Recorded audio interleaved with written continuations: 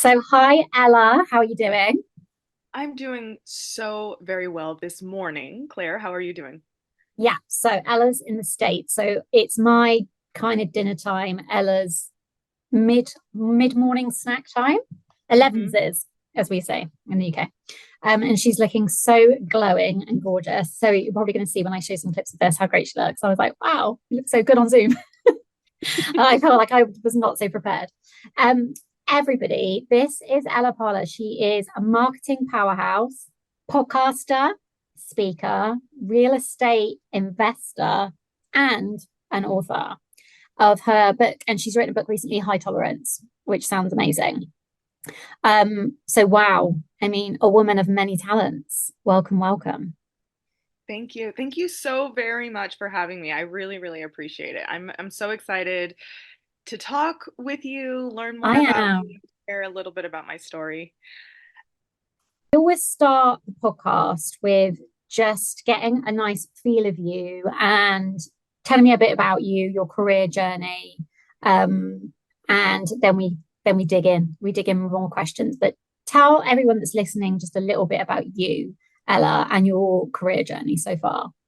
Yes, I love the story of my career. It's almost like a love story, and that's why I ended up writing a book about it because it answers the three questions that I get often from people. The first two being, well, how did you get that job? And the second is like, what do you do? What do you do? So I'm from corporate America. I've worked with global brands, a lot that you've heard of, several from the UK as well. But my specialty is in sales and marketing for alcoholic beverage brands. So I've worked with brands like Tanqueray Gin, Beef Eaters, Crown Royal, you might have heard of Johnny Walker, Buchanan's, Glenlivet. I've worked with several brands around the world. Jameson whiskey, probably my favorite. And my career started with Red Bull many years ago before the energy drink sector was well known as a category. So Yeah, that really started this niche career within the beverage space, but specifically within sports. So I've worked with, I hope nobody hates me for saying this, I've worked with Manchester United, and several sports brands around the cool. world, the very large sports brands, especially in North America. And so I, it's a very niche space that I'm in, and I'm specifically in sales and marketing. So I now have a agency that I started called EP Consulting, where I'm consulting for brands.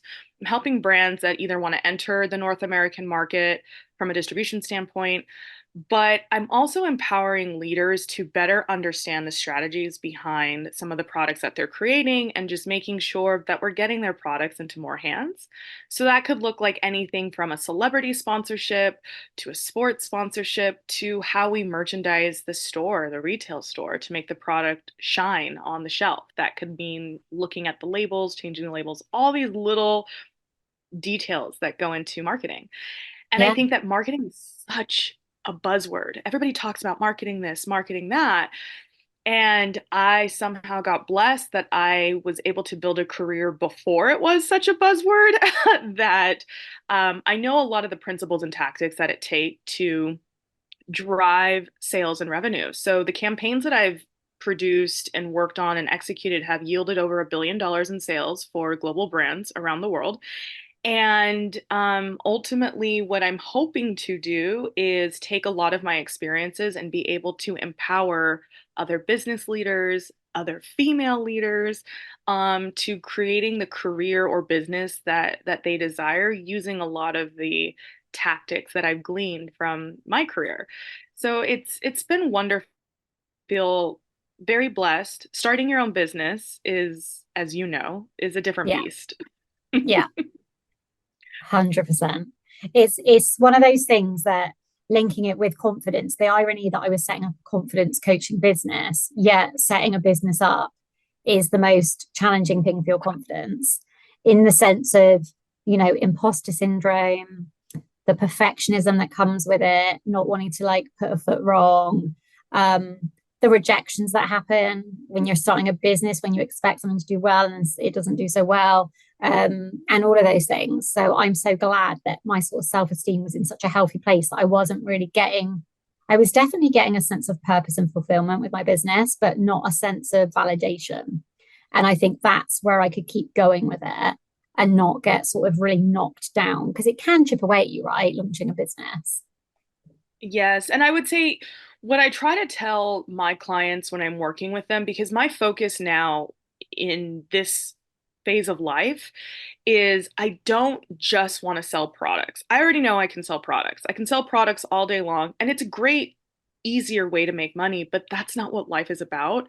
I'm at a Yeah. point where I really want to support the people behind the product and services. I want to, yes, we can come up with business tactics that make you better, but let's also talk about you as the person. And confidence building is a big part of that, especially for business leaders. And what I say over and over again is confidence isn't something that comes from within, it comes from action. Once you've taken action, you then have the confidence to do it again. Even if you failed, you already have done it once and you know, oh, the failure didn't kill me. So now I have the confidence to try it again and I'm going to do it better the second time. And Yeah. I think that that's one of the misconceptions that we have, especially for someone like myself, which what I've been told profusely is I come across extremely confident. Well, that's because I'm extremely experienced, for better or worse. It's not always a good thing to be very experienced, by the way, because with a lot of experience comes a lot of rejection, a lot of pain, a lot of overcoming obstacles. But because, for a myriad of reasons we may touch upon today, I am very experienced for my age, that gets confused with, oh, I wake up confident. No, I wake up every day experienced, and what you're seeing is my experience, and that confidence is coming from previous action taken, not from a personality type. Yeah, oh, absolutely. I fully agree. Like when I'm teaching kind of self-confidence sessions, I always say that, a huge part of confidence it is just in building competency. Like you have to do the thing. You have to do it before you're ready to build that confidence.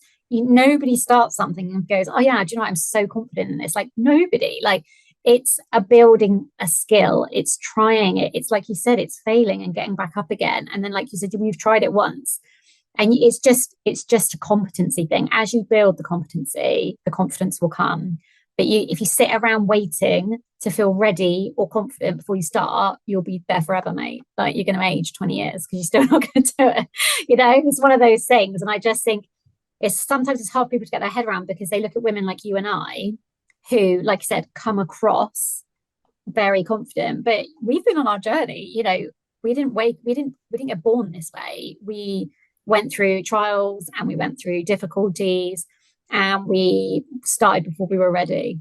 And that just builds that level. And my confidence journey probably started, I mean, I'd say really my authentic confident journey started in my late sort of 20s.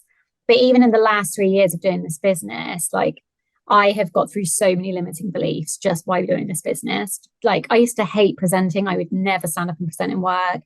I swerved sort of any sort of promotions where I'd need to present. I was like, no, don't want to do that. I had all these blocks around it. And it was really weird because I kind of knew I'd be good at it, but I just had so much fear and like awkwardness around it. And I think that doing this sort of business, like I've had to the point that I now in the day job that I have, aside from this business, run loads of mental health training that I lead on. I can have 1,000 people on those calls. If you'd said to me 5 years ago I'd be doing that, I'd have been like, absolutely no way. So it's interesting by starting before I was ready, putting in those building blocks, doing small things, one-to-one coaching, building that confidence, realizing I was good at it. I could then do the big things, the big scary things. And those people think I'm super confident. They're things like I'm nervous, but you just gotta kind of sometimes fake it till you make it, right? You naturally just relax as it goes on. And then you're like, oh, that was amazing. I did that. I want to hear more about your book because is it a career-based story, or do you talk all about your childhood? Do you talk about relationships? Like, I want to hear all about it. So high tolerance, the title is a spin on two things. So as I mentioned, I've built a career in alcoholic beverage marketing. And so high tolerance meaning you can drink a lot, which by the way, I can. But it's also about having a high tolerance for behaviors, other mindsets, a high tolerance for physical pain. And so it's the book is my journey from the lens of my career. So I do touch upon my childhood within the context of skills building that I got in my early childhood days in relation to my career. So I don't dive deeply into my parents or my background or our economic status, things like that. But I do talk about everything within the context of my career. What is my purpose? What are my skill sets? Where did I start? It is a business memoir. And I did not want the book to open this way, but the editors, my publisher insisted, and I lost that argument. But the book was in order, right? So it starts with the history of alcohol in the United States specifically, which has a very complicated history with alcohol and laws. And then I go into my childhood and then my career and then where I am at present day at the time of the book. So not present day today, but Yeah. present day a few years ago. And in the book, I have a very painful breakup that I kind of sandwiched in there. And the breakup, again, everything's within the context of my career. So I talk about this painful juxtaposition of celebrating the fact that I developed a new gin brand. So part of my job is developing brands so they can get purchased by bigger companies. That's where I've been able to make more of my money in recent years. And so I developed this gin brand and we had an advertising campaign that was really successful. And I'm patting myself on the back and I feel really good. And then I'm encountering an alcoholic at home who I really want to stop drinking alcohol. And so I talk Mm. about that duality of being in love with a man who's in love with alcohol and loving my career, but loving his love of hating his love of alcohol. And I talk Yeah. about that. And the editors opened with that. Of They were course. like, we're gonna put that breakup right in the front of this book. And I'm like, what? This is supposed to be a business book. The breakup was just to prove a point and convey a point and personalize, a lot of the theories that I put out, the marketing strategies that I put out there, and they moved it right to the front. That Um, doesn't surprise me though, because it's what people are interested in. Like that conflict, like I want to go read that immediately. Do you know what I mean? Like I also relate to that. My dad's a recovered alcoholic. I grew up in home with that sort of stuff going on. And I think that I've dated people that, have drank and it can be a conflict, right? You can have an experience of something. And like you said, for you and I have lots of happy memories linked to my own boozy nights out in my 20s and stuff. But it conflicts when maybe I'm dating and they're a heavy drinker, and then that kind of makes me uncomfortable because of my history. So this stuff's interesting. Like it is. I could see why they used it, but then I can also see the discomfort in actual, like, I want to talk about my career. yeah, I think where the book resonates and one of the reasons why so I think the surprising part for me, at the risk of alienating your audience, is that a lot of people who read it wanted to give it to their younger daughters. Younger meaning like 12, 13, 14-year olds. That was shocking for me because the nature of the book has the cover is a photo with me holding a martini. So it was in no way marketed for anyone under the age of 21. It was specifically a book marketed for legal drinking age. And in America, that's 21 years old. So when people started reaching out saying, I'm giving this book to my daughter because I want her to learn from a woman in business who built her career from the quote bottom, I was like, oh, and it's not a vulgar book, but because of the nature of the quote alcohol, I just Yeah. really thought of it as an adult book. But people really have wanted their daughters, college age, high school age daughters to get some empowerment from it, and that was really surprising.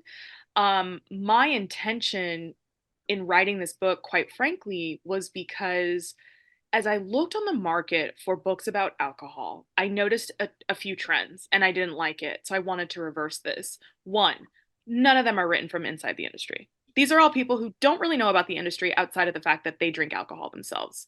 And just because you consume a product, we know this, right? Like even with your coaching business, Hmm. just because someone is using your services or product doesn't mean that they understand the business behind it.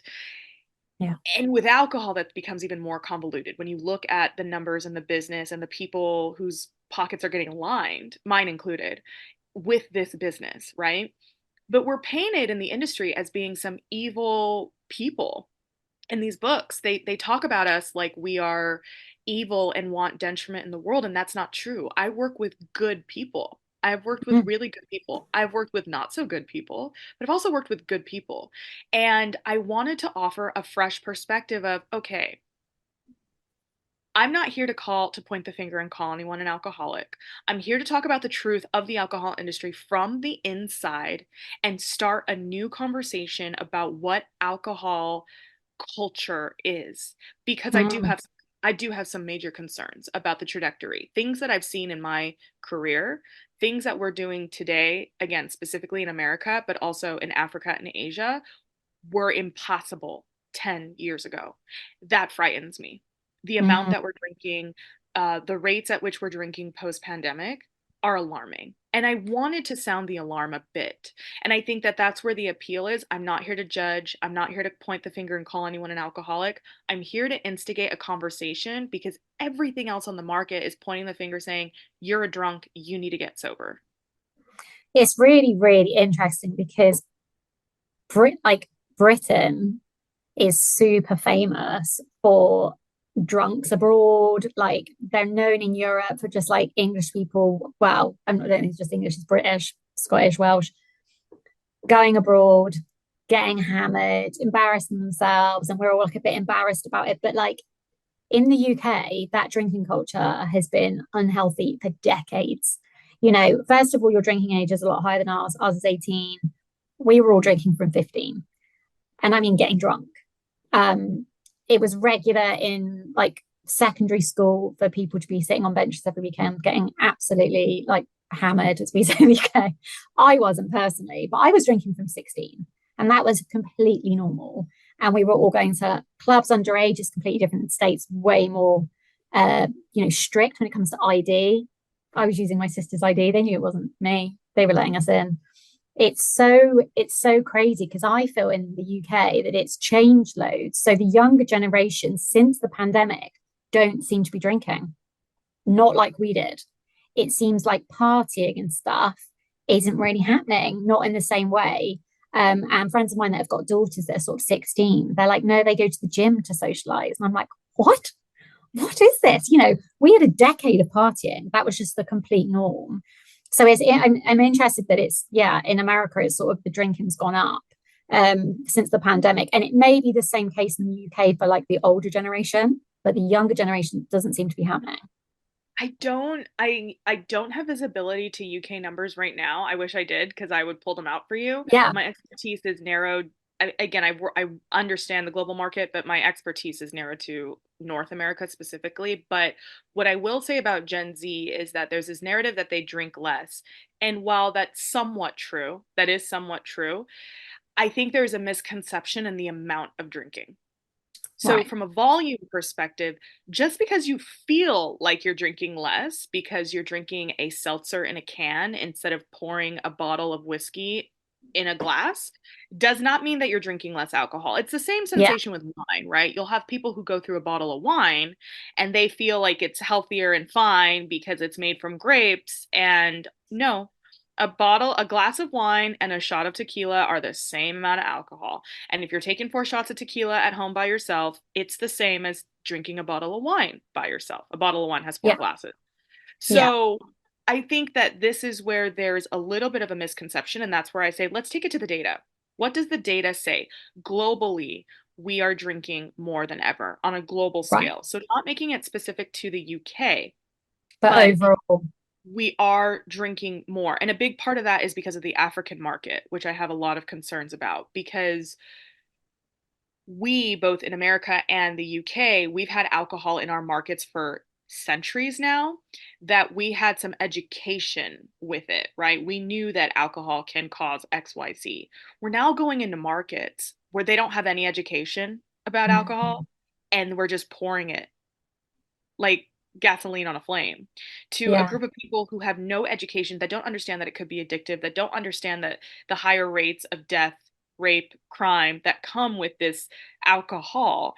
And we're pouring it into Africa, we're pouring it into the Middle East. So that's concerning. I don't have a lot of control on that, but that's where we're seeing a big surge in numbers. We're also seeing post 2020 in America that women, middle aged women, are succumbing, dying to alcohol related diseases at Mm. alarming rates. So, just to your point, it might not be Gen Z right now. Mm. Um, they are turning to cannabis alternatives, they're turning to mushroom alternatives. I don't know that that's necessarily, quote, better.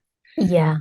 But what I do want to do is start having conversations, like instigating conversations to say, why do we need to escape? What are we escaping? Yeah. Can we reel it in a little bit? And can we also just and also enjoy it?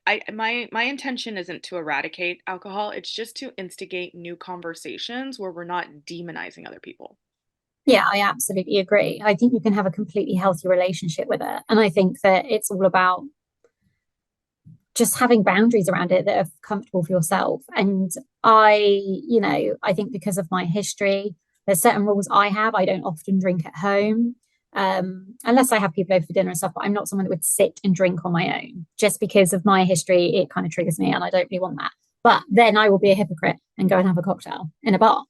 Which, what's the difference? But it's my own, it's like my own lens. So my own history has created a lens that I'm comfortable drinking in certain places, but I'm not in others. And yeah, I'm the same. I think it's all about having a relationship that works for you with it without it being excessive. Um, so I would love to hear about, I always ask my guests about their confidence, pivotal life moments. People usually give me one that's like a good one, and then one that, to be honest, they usually are both end up being good, whether they're negative or not, because they've spun you to a different place that's worked for your confidence. But one that was more of a negative one at the time that was pivotal with your confidence, and then one's more positive. I would love to hear yours, Ella, because I think they're going to be good. Oh gosh.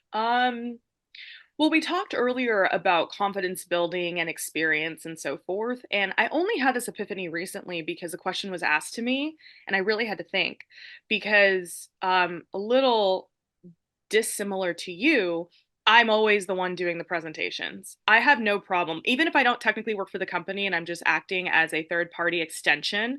Like if you had some type of seminar and you didn't want to speak yourself, I could speak to your brand like very well if I have the deck and all of that. That is definitely my forte. I love speaking, I love corporate trainings, all of that, those types of things. And I love storytelling. And so somebody asked me, when was your first public speech? And I'm like diving back. And I remember I was 9 years old. I had entered an essay contest, which was ironically, because of the career I ended up in, it was Red Ribbon Week, which is this time where we celebrate not using drugs or alcohol as children, right? So it's this whole campaign across schools in America that prevent that. So I did a Red Ribbon Week. I wrote a Red Ribbon Week essay. I won. And a part of my quote prize in this essay writing contest was reading my essay to the entire school of 600 students. And so that was my first public speaking moment. And it sparked something in me that I didn't know that I had. One, my love Mm. of writing, but then two, a love of speaking. And I think that from there, that's where I was very comfortable raising my hand and volunteering to present or what it might be, right? All and through my college years. Um, so I think that was a pivotal moment that I didn't even recognize until recently that really sparked this idea of storytelling, which as marketers is so important. How we tell our stories, our brands, our products is so important to connecting with our consumers and target audience. So I think that that was a big one for me. As far as a negative, I'm trying to go through my many mistakes because I've made a lot in my career. I made some big ones. I'm trying to think of what would be the most from a They don't have to confident. be career related, by the way. They can just be life related, like your confidence, a pivotal moment in life that's just happened that kind of had an impact in one way or the other. Well, I will say one of the worst things that I don't want to say happened to me, but one of the worst things that I experienced, which was very isolating because to this day, I've maybe met one other woman who's had this happen to her. I was very madly in love with a man, and he asked me to marry him, and I was the happiest I'd ever been in my entire life. I would go to bed feeling bad for everybody who wasn't me because I was living the dream life I'd always wanted. I had a place by the beach, I had a great job, I had an amazing man who I loved. He was handsome and beautiful and strong and fun and he had an 8-pack. He was sexy, he was wealthy, he loved me. Life was amazing. This sounds amazing. I couldn't believe it. And I was in my mid 20s and I just thought this is the dream. And then it turns out the person who I thought he wasn't. Oh, And no. we, I had to go to my family 2 months before the wedding. Now, if you've ever planned a wedding, you know that 2 months, everything's done. The dress Yeah. is purchased, the venue is purchased, the furniture is purchased, the People have booked their catering. flights. Everybody had booked flights. He was from another country, so his family had booked their flights from Europe and their hotel rooms. And that's actually how it got out that our wedding was canceled because so I had to send an email. I sent an email because I was devastated. I was heartbroken. I couldn't believe that this was my life. I'm Googling, there are all these websites dedicated to new brides, like how to plan your wedding and how to plan a bachelor party. Do you know that at the time, and I'm sure to this day, there is nothing to tell you how to cancel a wedding? Yeah. Nothing to tell you how to cancel a wedding. And the humiliation that goes with, is there any way I could get a refund on that? Because this isn't happening anymore. It was awful. Mm, it sounds And horrific. the idea of telling everyone I love, and then the idea of having to, which as etiquette would have it, you are to reach out to everybody who sent gifts and ask them if they want the gift back. That's what etiquette says. So if someone gives you money, if someone gives you furniture, we got very nice gifts from our generous friends and family, leading up to the wedding, and I had to reach out to everyone as etiquette would have it to Oh say, would you gosh. like it back? It was just so isolating and awful. And there was nobody who Oh, could say, I've been through this and you're going to get through it. And I it's can just, relate to I didn't have to cancel a wedding, but I probably should have. I can relate to being with someone and feeling so lucky and being really in love, and then realizing that that person is absolutely not what you thought. And I was with him for well over a decade. So I absolutely relate to the shock of and the humiliation that comes with that. Because even though it's not your fault or you've been authentic, you've shown up to this as yourself, I feel like it brings this level of shame. Like, how did I not see it? What it did for me. And I think that yeah, that period of my life, I've talked about it a little bit on this podcast, but it's a blur. It was such a shock that I just dissociated from it because it was like an out of body experience, because that's what we do, right? We go into survival mode when something is so painful and so shocking. You go into that dissociated state and you do what you have to do to survive. And I can honestly say for that a year or two, I don't have very clear memories of any of it. oh, I love, But the feelings are still quite visceral, like if I see something on TV, I mean, it's definitely got way better, I'd say, in the last 5 years. But if I see something on TV that triggers that, like, yeah, it can feel visceral because it's like it's a trauma, like being so deceived or betrayed or whatever it is, whatever's happened that's linked to that person that's been a shock. Um, that stays in you, and it's one of those things you just have to work through in time. But I do relate to that. But yeah, I can imagine how much more horrific that would be to then, because you're dealing with two things. You're dealing with, like, well, three: the shock of finding out something really crazy that you didn't expect, so you're blindsided, you're heartbroken, And then you're having to deal with the humiliation of having to reach out to individually to ask people if they want their gifts back. Like, oh my goodness, that sounds awful. It was, and that's why I say to this day, I don't really know. Like, there are people who get engaged and then cancel their engagement. That's not what I'm talking about here. I'm talking about canceling a full blown wedding, right? Yeah. So, like, and anytime when I get the opportunity and it's appropriate, there's a bride because it was day 72. So, 72 days, I think, until our wedding.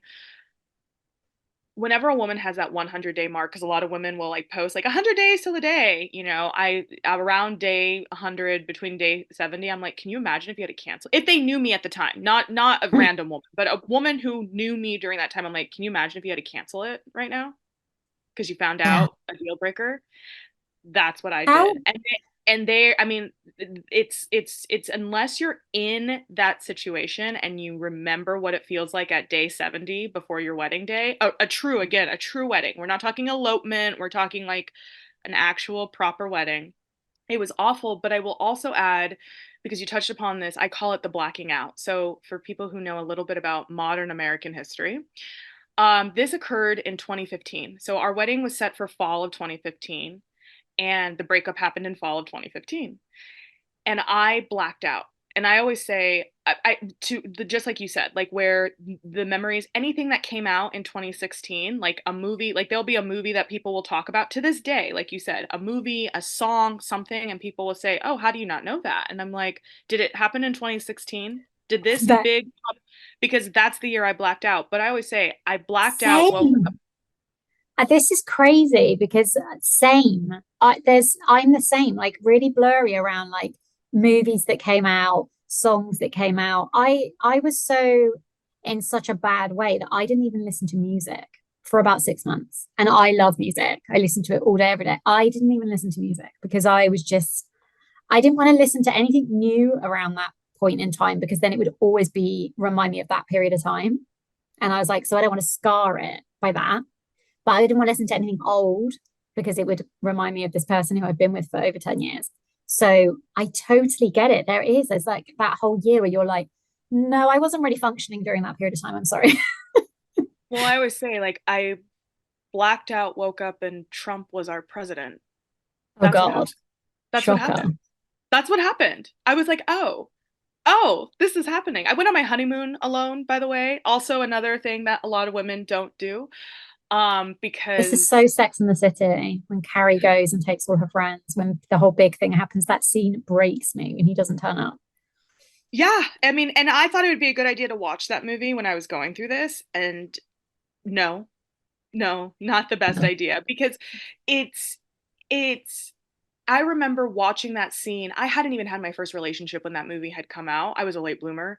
And when that movie came out and I watched that scene and she's not wearing any makeup and she looks at herself in the mirror, I remember just going, wow, that seems painful. Like, I can understand the pain and I've never been through that kind of breakup pain because I'd never had a relationship. Fast forwarding 10 years later, when I'm watching it to try to heal what I'm going through and feel, it was the isolation of it, Mm, this idea that like I'm going through something that nobody else has. That's not, why me? It's not fair.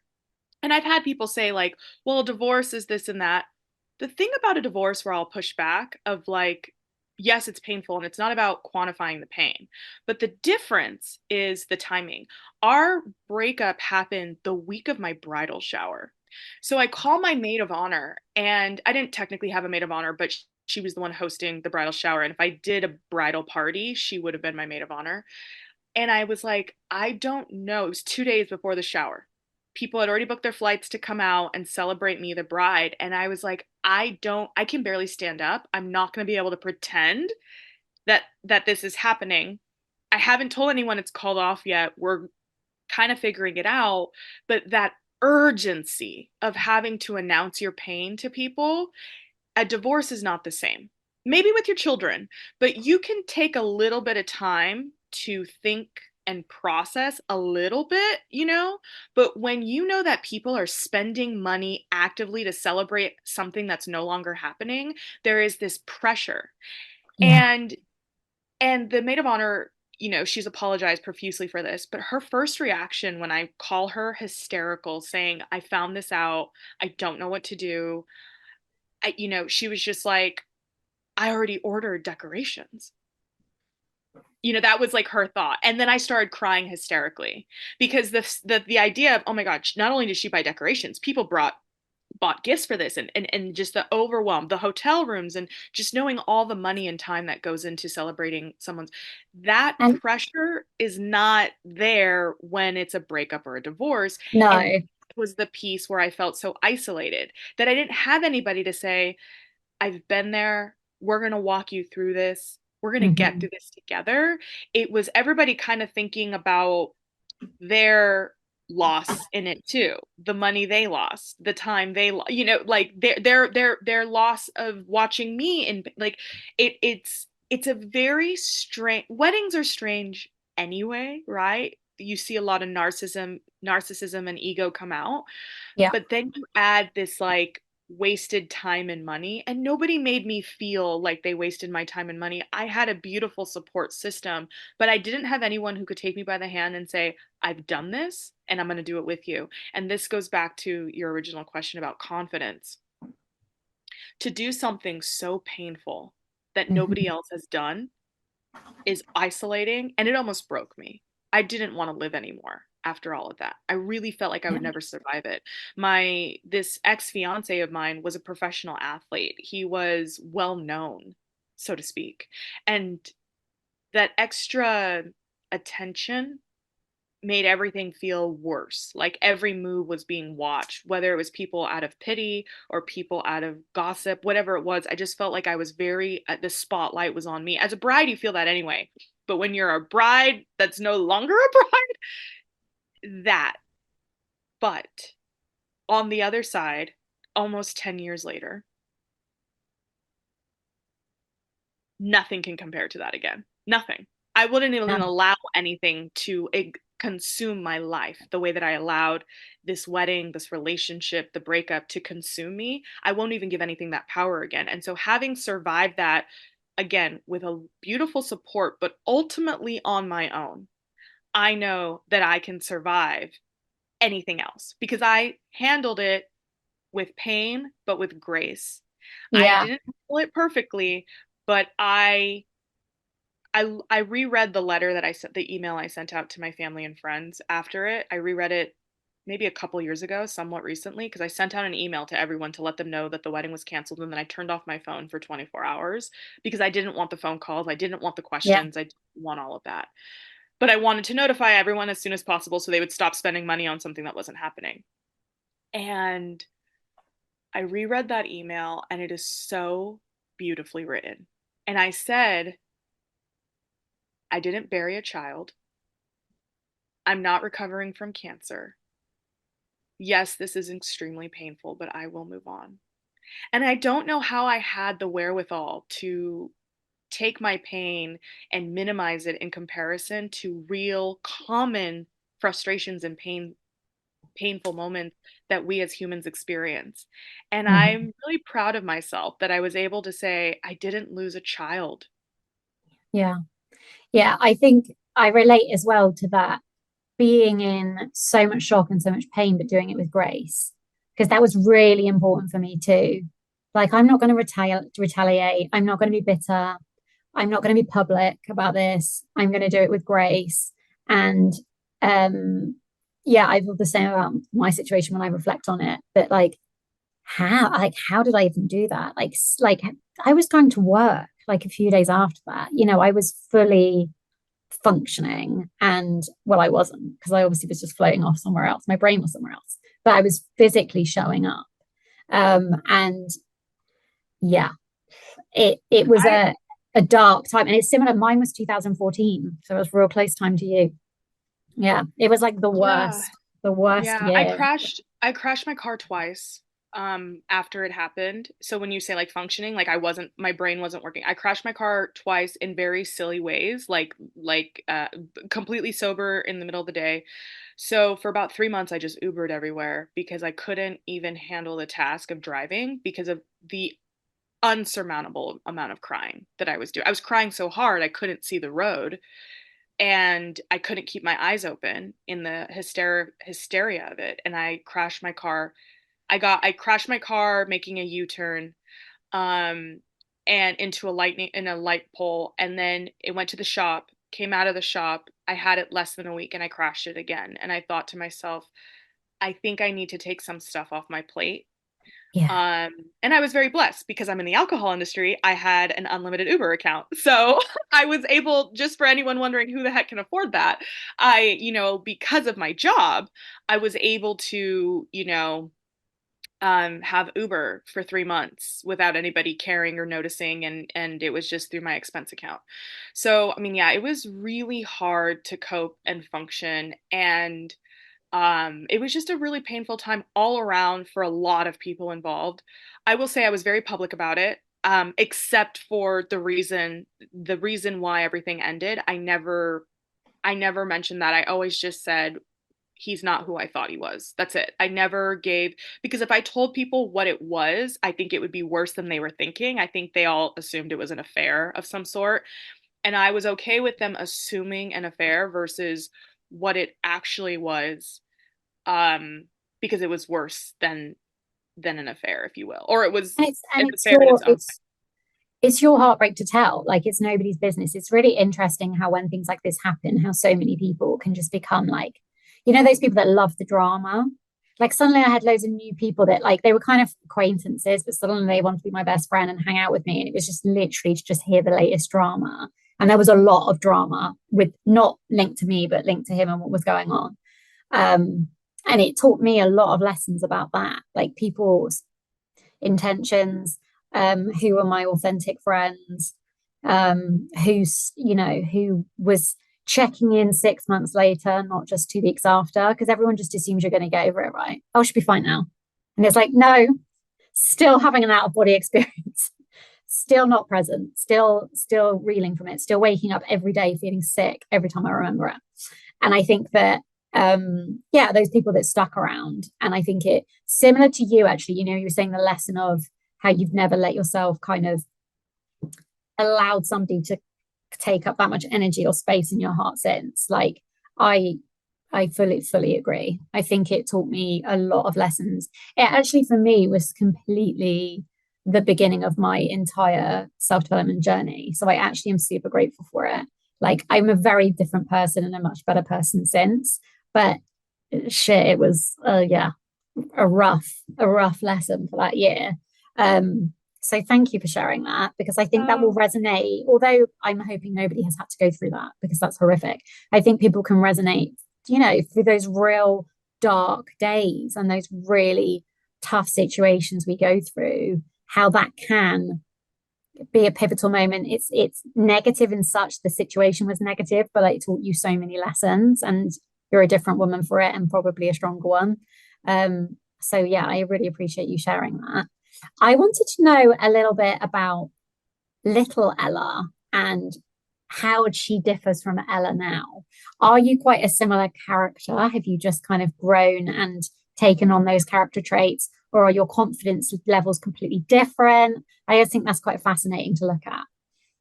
I find it really fascinating as well, just because I am myself. So I find it fascinating from that standpoint. It's really weird to me to talk about little Ella, and I do reference her sometimes, but the truth is, I didn't change my name to Ella until I was 14. So there was no little Ella. And that's weird. Like to even think about it, that's hard for anyone to understand. Maybe if they took on a maiden name, but most people do not change their names. Um, it's interesting changing your name and with some yeah, it's very interesting to like we could do a whole podcast on names and Yeah. nomenology, but I made the decision to change my name at 14 because I found out that my name that my family still to this day calls me, Mikey, I love it. I didn't know that was a boy's name. So growing up, I thought Mikey, similar to a lot of other names that end in EY, was a female name like Nikki or Jamie well, those are both gender neutral, but I really thought Mikey was a girl's name. And then there was a pivotal moment that I was humiliated to discover that not only was my name a boy's name, but it was also everybody else knew it but me. So I was like humiliated in this classroom moment where everybody's like, "You didn't know?" And I'm like, "No, I'm 12 years old. I did not know that my name was a boy's name. I thought it was gender neutral." I thought, and nowadays, right, like everyone names boys, girls, all that, but we're talking the 90s here. So Yeah, very different. Very different. very different. And I felt just so deceived and upset and questioning my identity. Um, and I decided to change my name to Ella because that was the name of a main character in a book we were reading at the time called Just Ella. It's like a prequel to Cinderella, whose name, by the way, if anyone doesn't know, Princess Cinderella's name was Ella. She was called Cinderella because of the ashes on her face from dusting her family's house.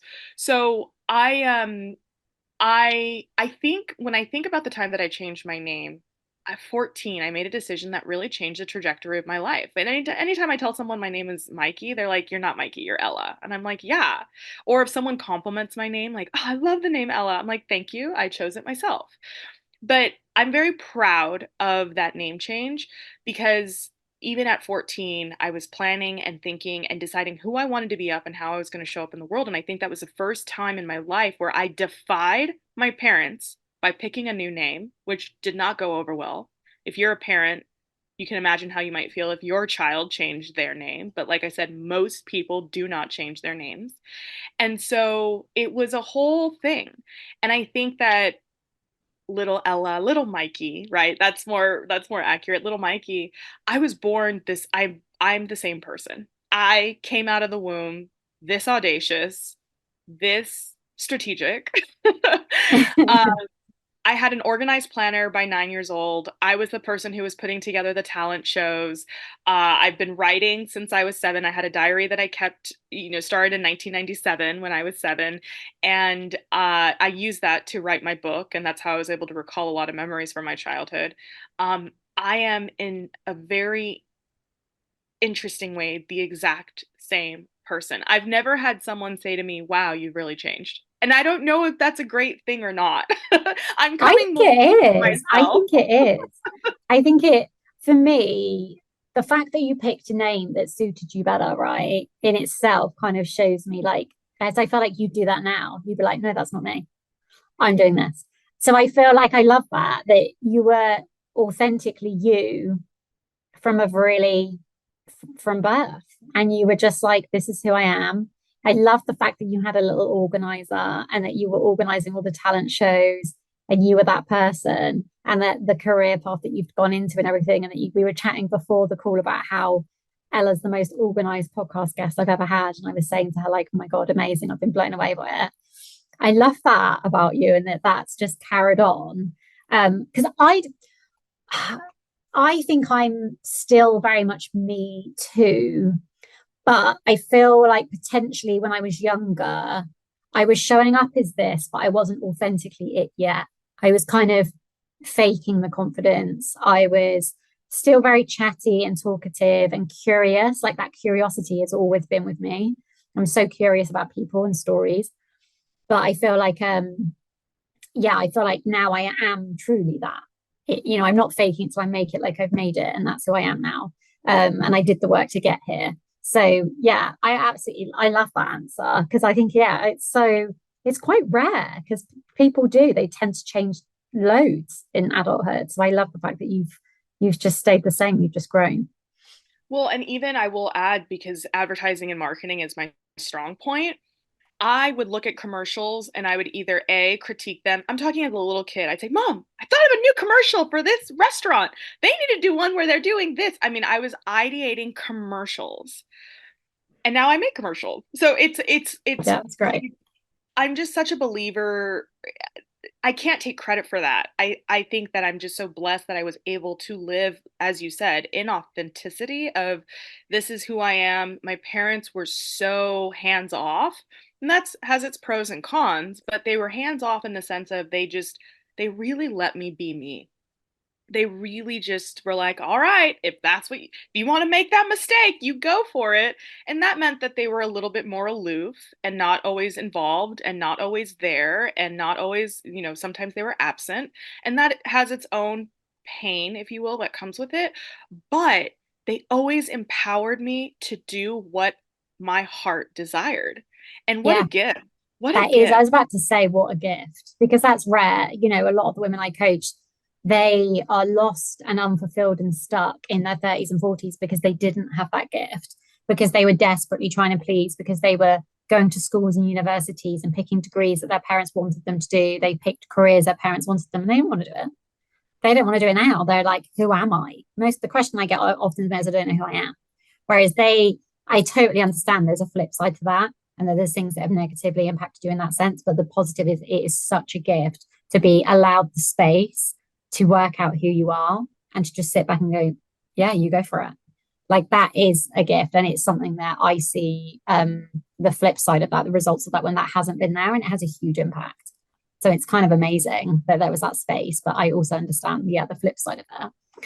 I always end the podcast on asking the question about a golden nugget of advice that you would give to women that are on a confidence journey that you may have learned from others or you may have learned along the way for your own story. But I always think it's a really nice place to end it, because then people learn something at the end that they can maybe implement into their lives. So, what would be your one golden nugget of advice? It's twofold because I'm always long-winded. Um, First and foremost, as we said earlier, confidence does not come just from something that you have. It's not something you have within. It is something that comes as a result from taking action.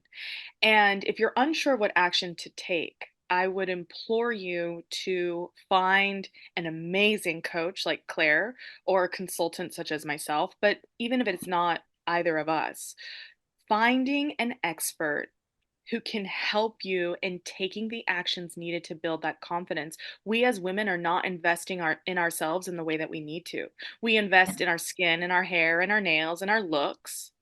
So true. But what good is looking beautiful like a Victoria's Secret model when you don't have the confidence to walk the runway, right? Yeah. And so that confidence building does not come from something that you can just manifest and meditate into your life. It's going to come from taking action. If you're unsure what action to take, then that's where you really should invest in an expert who can walk you through the way. Yeah, I absolutely love that. And that's so, so true that, you know, you can spend all the money in the world investing in your looks. But at the end of the day, if you don't really know who you are, or you don't really like who you are, or you don't really like what you're doing, or you're lost, who cares if you look great? You know, like you're not going to be fulfilled and have that authentic happiness, which is what I think everyone truly wants. So I just want to say a massive thank you. This has been one of my favorite podcasts so far. I've loved this conversation. Oh, you're wonderful. You're so easy to talk to. You're such a great navigator. It's nice being on this side of the microphone. Yeah, it's been so lovely to chat to you. And I say thanks so much, Ella. And for anyone listening, I will be tagging Ella's website, her Instagram, her TikTok. She's like me, she's social media everywhere. We're covering all areas.